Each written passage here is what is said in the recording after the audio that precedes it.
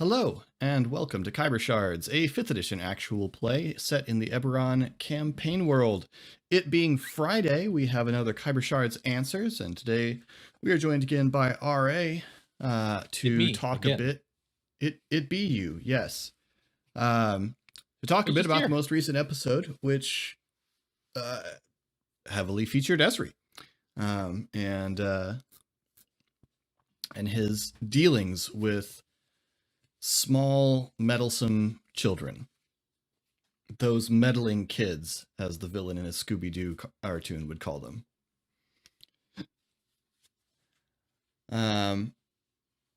So I want to start there. We have questions on a variety of subjects, but one of them is about Esri's relationship with the kids. Nathan asked about that. And so I'm curious because obviously in this one we saw Esri somewhat at odds with a couple of the kids. Is this, and let you expand on this, is this just the fact that these kids mess with his stuff, which is a pretty reasonable cause for irritation, or is Esri finding living in a house full of younger children, or of adolescents at the very least, frustrating? Because we've seen Esri be very protective and have a very positive attitude towards the Rebel Warren gang,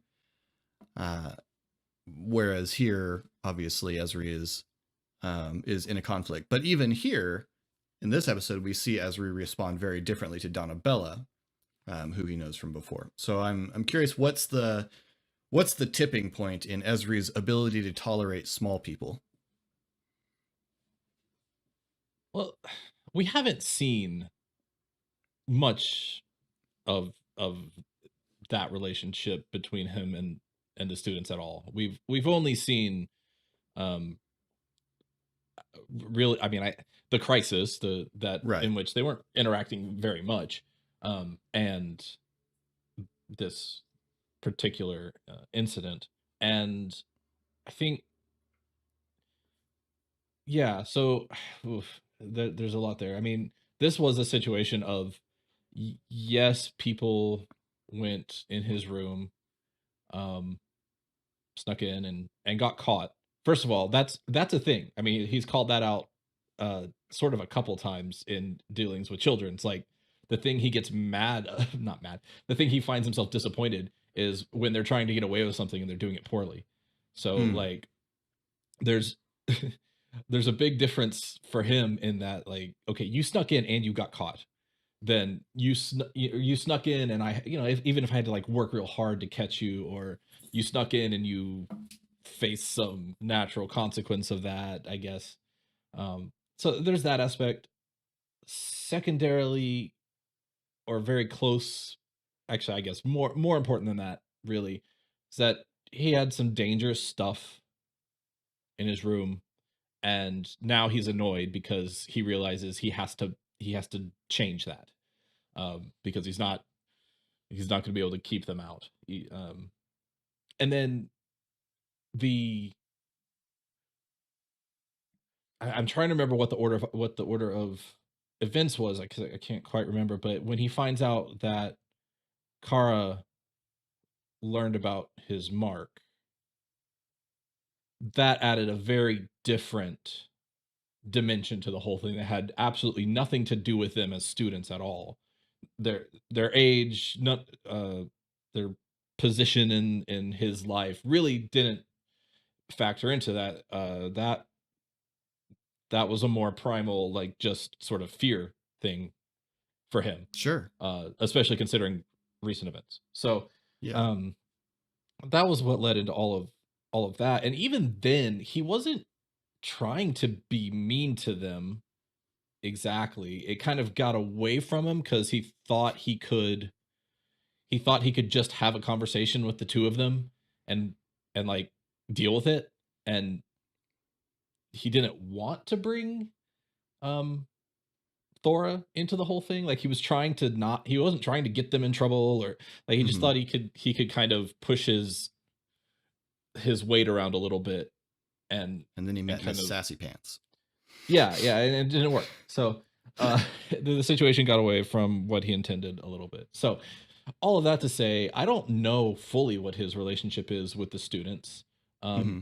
He wasn't too happy with Donabella, or he wasn't too kind to Donabella either.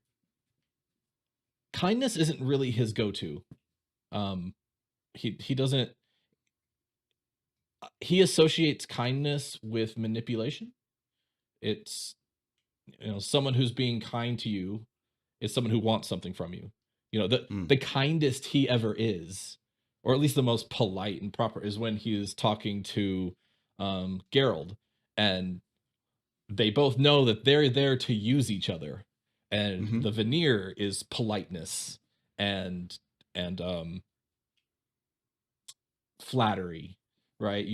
That that that's the way you talk to each other, because you're trying to get something out of each other, and get a good deal to yourself. So like, for him, the idea that you would skirt around, be gentle about something that's upsetting you, or uh, with people that you're not trying to exploit, is a little at odds. It feels wrong. Hmm. This goes back to he's insightful but not socially graceful. Right. That he only, the social mores, is that the right term? Yeah. The nuances of social interaction just go, all of his instincts go against what would probably be most effective in a lot of situations. Yeah. Um, he does feel this. I hope this will come up. It may not. He Yeah, protective. Sorry, I have to decide if I want to say this, because it may come up, but it also might not. He's not there to teach school, Right. and he's not there just for a roof over his head. Um, that I think we've covered that ground. Roof over his head's not something he needs. He likes it, but um, he's just fine in rougher environments. Uh, so I'll probably leave it at that. But yeah, he's there for other reasons. Um, yeah. Yeah. No, that's Did interesting. I did I even get And close to the answering the question there? yeah, no, I think so because I think it's, I mean, that it's interesting, especially his, and we've seen it a little bit. I mean, we've seen it a lot in the character. We've seen it a little bit in conversations that we've had about this in these, his attitude towards kindness being manipulation. And I mean, that makes an enormous amount of sense to me. I hadn't thought of it in those terms with regard to Esri, but we look at Esri's still, I think, conflicted view on what happened at the Black Wheel facility at the end, and his conflicted view on Thora appearing and her offer, and all of these, his desire to keep everyone who's not part of the internal group very much at arm's length makes a lot of sense in light of that, to me, in that until I know what these people want, I don't know how to deal with them. It seems like it's sort of what it is, and I get that. That makes a lot of sense given the context of the campaign, especially the beginning of the campaign. Cool. Also related to the incident with the children, Emily asks, are the tracking spores really dangerous in the long term, or was Esri bluffing to subtly threaten them to stay out of his room? uh yeah, I mean, it's, I don't have stats for that. A lot Right. of that was just made up in the moment, for flavor. But I mean, if you're not Esri, you don't want fungus growing on you, uh, as just as a matter of hygiene. Probably, You yeah. know, Esri has magical ways of, like, inherent magical ways of controlling that and dealing with it. You get a fungus growing in your scalp or whatever. I don't know. I'm not very medically knowledgeable, but athlete's You foot, I sell a guess, lot is a of thing, ointments right? for it, so it seems Yeah, like it's it's it's not like, desirable. so. I mean, dangerous. I don't know, but certainly it would be bad form to just be like, hey, you got him living on you now. Good luck. It'll be fine. And if there's a side benefit of like, uh, he does. So fear isn't. Yeah. Yes, he would hope that that would be a bit of a deterrent. Yeah. Emily would also like to know, is Shade like just told how to bypass the traps? How does Shade climb up onto the balcony from outside or something? How does Shade get to her sleeping quarters when Esri isn't around? I don't know. Yeah. I don't know. I'm trying to recall. Yeah. Presumably, yes, he would have warned her or told her to go around or something. He's I'd be there immensely most of the surprised if she time. hasn't I'd be really surprised if she hasn't cultivated some vine growth down from the balcony or something to ease her up and down. Yeah, I mean, he probably would have to tell her. He probably just have to like lock it or close it and tell her to go around because he has no confidence at all that she would reset it. Right. Also, she's little, so I mean, resetting it might even just be like difficult without. Yeah. Like, she'd have to climb to like claw up the wall or something to do it. So, oh, that's funny. I mean, to pull the curtain back, it is not something that was heavily planned, meticulously laid out of like in the logical way. It was in the moment. I texted Philip and said the door's trapped. Yeah. Because I was maybe I don't know if they'll check for traps, and if not, something should happen. Right. Yeah. No, that was very funny. Related to the issue of, you mentioned that fear was not the goal. Laura asks, what does Esri think of Kara being scared of him? Because Esri was able to intuit that in the moment, even though it didn't get discussed. Yeah, there's a little bit of confusion. Although that's, I guess, beginning to clear up. He's starting to have a concept of what the mark means to various groups. He still doesn't have like a great historical context for why, other than something happened, which I guess is true, like society wide, right? Like it's not pretty much, yeah. It's not as if this is something that's well understood. So I think people fearing him, that he would prefer people fear him than attack him. I'm trying, but I guess one leads to the other often. So it's not good. He doesn't want her to fear him. And he didn't, it's not something it's not something he expected to be like a byproduct of him existing in that situation. He's perfectly capable of trying to instill fear. Sure. As a tool, but someone being afraid of him without him doing that, especially someone else who's aberrantly marked, or not that he is, and that's still very confusing for him. But yeah, I mean, largely confusion, and it's a data point. It's mostly to be factored in. So Nathan also asked, he asked about everyone's, but obviously not everyone is here. What does Esri's mark I can answer look for like everyone. At this point? What does Esri's mark look like at this point in your mind? We haven't described them recently. So his mark started on his palms, and they've grown twice or three times in campaign. Twice. I'm sort of seeing them both as kind of like full sleeves now that they're growing symmetrically up. And so and I think last time we said his shirt sleeve was sort of completely gone. So I'm kind of seeing them as full sleeves up to the shoulder. Um, was there a second part to that question? Sorry. There was, yes. Do you conceal them or display them? Because that Oh, was kind of starting to be a point.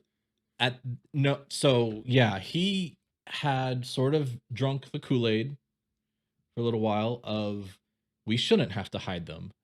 You know, that if this is, especially if this is what we're doing, we're trying to make a name for for the group. We shouldn't be hiding them. And then the forest happened, Hmm. and he has gone back to full coverage at all times. So he has long sleeves and gloves at all times now, which, as I think about it, must make him look even weirder to people around him because we're in the tropics. Yeah. Um, so surely he's trying to make it look like a fashion statement rather than being bundled up. They But could be puffy like pirate sleeves. That's like the least I think Esri image I find. I think the sleeves are less important because yeah, you can always pull off sleeves, but gloves in the heat Yeah. is that's a weird one. That doesn't make life better in any way, No, not um, really. except for his particular situation. Yeah, at this Yeah. at this point, he's reverted to, especially as he's going around town trying to get information. It's just like no benefit in it. We've reverted to how we used to be, Yeah. except now it's harder. Right. And then Nathan wanted to know, do most people that interact with recognize them as aberrant marked? Um, well, Esri's really the only one. Well, I guess Shade also. Esri and Shade's marks are the ones that are most likely to be apparent. Shade's started off in a very easy to conceal place and has grown across her chest and down her arm. So really the only part of Shade's mark that would be likely to be regularly visible is the part that's growing down her arm. And it might be recognized, but at the same time, especially lately, the thing you're going to notice when Shade's walking around is that person is a fox, rather than what's on that person's arm. And so I think Shade's change in appearance probably draws most of the attention away from that. Uh, and Esri and Pog both have scalp um, marks, which Ari. are, or sorry, Ari and Pog both have scalp marks, which are sort of you have to decide to display them. So I'm not sure. I would need to get an idea from Eric and Colin how in your face they are with their marks. Um, but it's not an immediate thing. People are concerned about aberrant marks, but it's not necessarily an immediate thing. The thing that's going to, again, to just draw on our initial inspirational concept, X-Men, it's going to be when you show off your superpower that it becomes apparent to people what happened. Because while lots of people can cast spells that are recognizably similar to what our heroes do, there's a known way to do it. You have a set of components and somatic components that you cast from a wand or like these sorts of things. You can uh, certainly in the way that I run Eberron, and I think just generally the way when Pog casts Burning Hands, it does not look like a wizard casting Burning Hands. Someone might mistake it for one or the other, but if you see the mark glowing and the casting, it's definitely obvious to people what's happening. But glowing tattoo in a broad magic society seems like a not super uncommon idea. It's just the tattoo allowed him to set fire to everything. That's what's going on. So that's kind of how I think of it for our purposes. Plus, I tend to think of Stormreach as a pirate town as not necessarily the kind of place where everyone asks questions about other people's business. Just as a rule of thumb, in how this society must develop.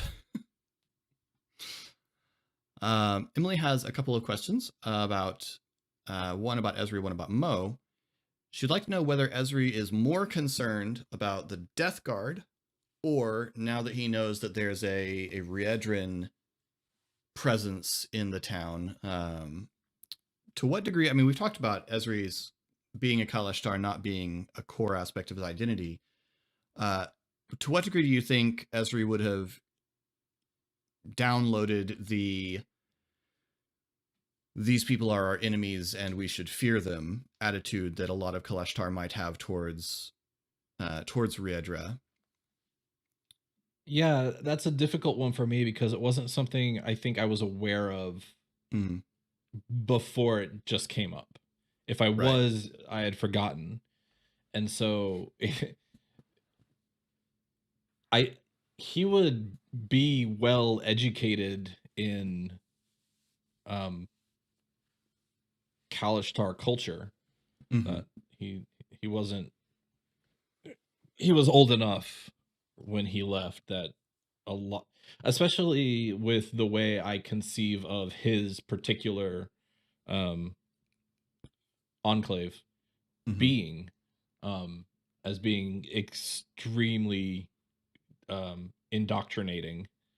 So if that is a thing that would have been pushed and mentioned, he would definitely have that instinct to, and you would have to guide me on whether that's fear or anger or.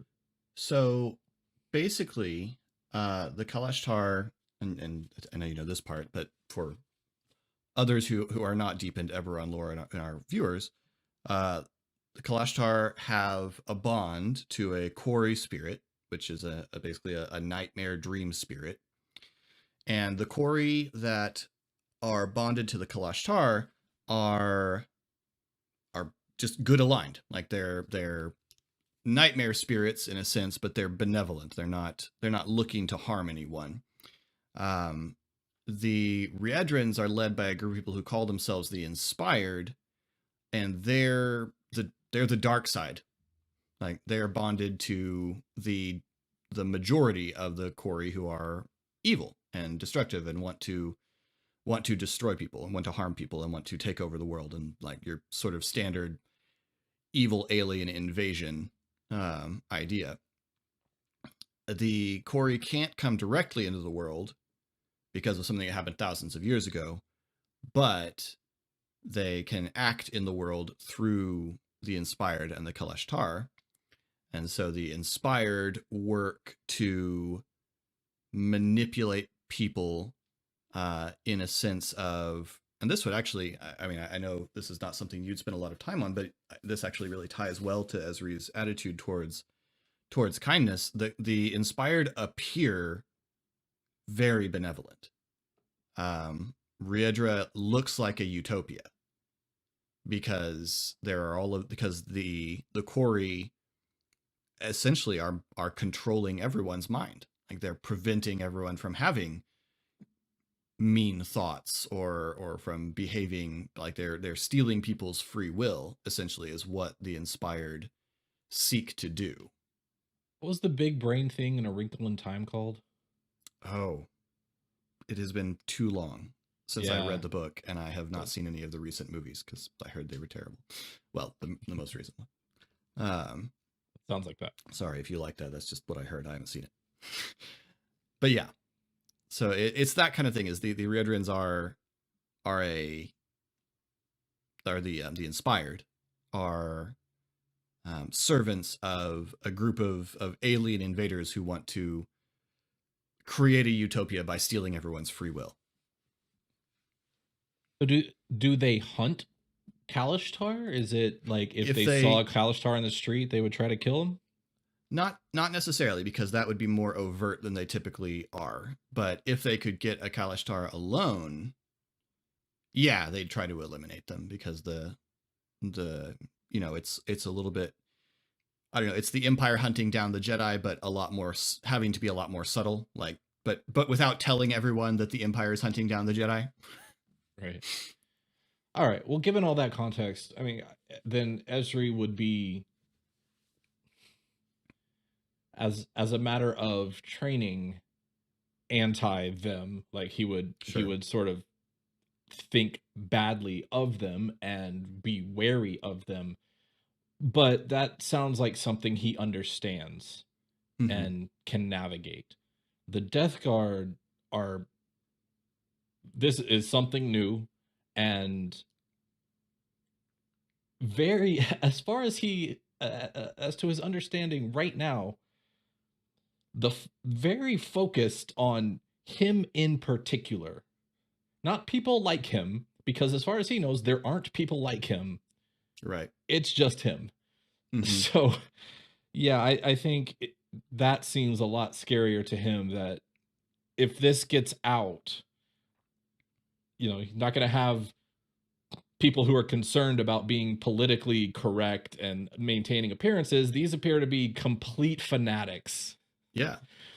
And so, yeah, that seems a lot more frightening um, at the Yeah. moment. Yeah. I would agree that the Death Guard would be a more direct danger, certainly, because the Death Guard are much more likely to attack you in broad daylight. Like Right. the Yeah. Exactly. inspired might, if they found out about you, might send an assassin after you, or might try to catch you in a dark alley and get you killed, or more likely mind control someone into doing it for them. But yeah, a Death Guard, if the Death Guard find where you are, the Death Guard might theoretically attack the school. I mean, in a city is a little dicey because Arenal has diplomatic relations with places, and it has to deal with some of the politics of it. But it's not out of the question. So yeah, I think you're spot on with how this is the fanaticism of the Death Guard would certainly be a this is the dark side of being a paladin, right? This is the dark side of the lawful good paladin. Is this thing is my enemy, and therefore I have no questions about it. On a happier note, Emily wants to know, what's Mo's favorite class? Oh, well, obviously it's PE. Only because he gets to be around Pog. I Right. don't think Mo is not used to having much structure in his life, and so that's probably gonna just dominate a lot of his. I mean, he's not gonna like being sat down and lectured to, or made to do this certain thing or that certain thing. Um, so probably classes aren't going just great for him.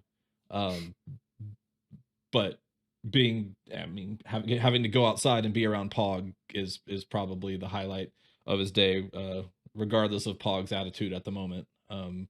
His Yeah. Yeah. And then Laura has a DMing question. Since Jalair was a random thing picked up from the cart, was there a different plan for how Esri would learn all this stuff about House Bull?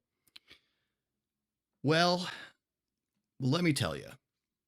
When they picked the best up from you'll remember that I didn't decide what they pulled out of the cart. I asked them what they find, and I think it was Eric described that they find this bust.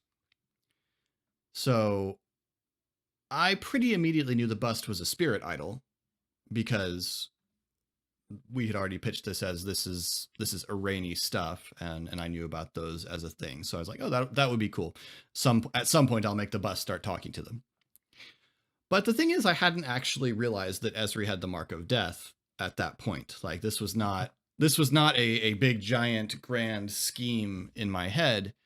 It was a little bit in when the choices in powers and things that Ari was making started to lead me in that direction of realizing, oh, that would be an interesting, what he's describing is the mark of death.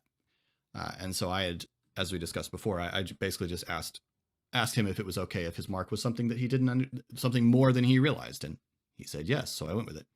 So it was probably only maybe right before they went into the Undercity that I realized I wanted to do that in the first place. And once I did that, it was a matter of, okay, how do I reveal this to him? And the spirit idol made just a great deal of sense, since the mark, per its mechanics, would give him access to the spell that lets you talk to spirit idols, which is speak with dead. So that's kind of how that came about. It's not a grand scheme. I'm very bad at grand schemes. I don't usually have one. And when I do, it usually ends up badly, because I try to force it, and I get impatient and I rush the reveals and that kind of thing. So I have learned that I perform best as a DM, as much by the seat of my pants as I can. And that's just sort of how it is. So yeah, so there was no plan, this thing that we I completely forgot we had. Yes. I see. I knew I wanted to do something with it once you guys had it, because that just seemed like a funny source of information for you guys. But it was very convenient once it intersected with this other thing. I realized, this other story I realized I wanted to tell. So I was gonna ask if you thought Eric knew or intended it to be a spirit idol when he said Buzz, but then thinking about it, probably not, because we all forgot about it. Yeah. No, It would have been set somewhere. I think Eric was hoping.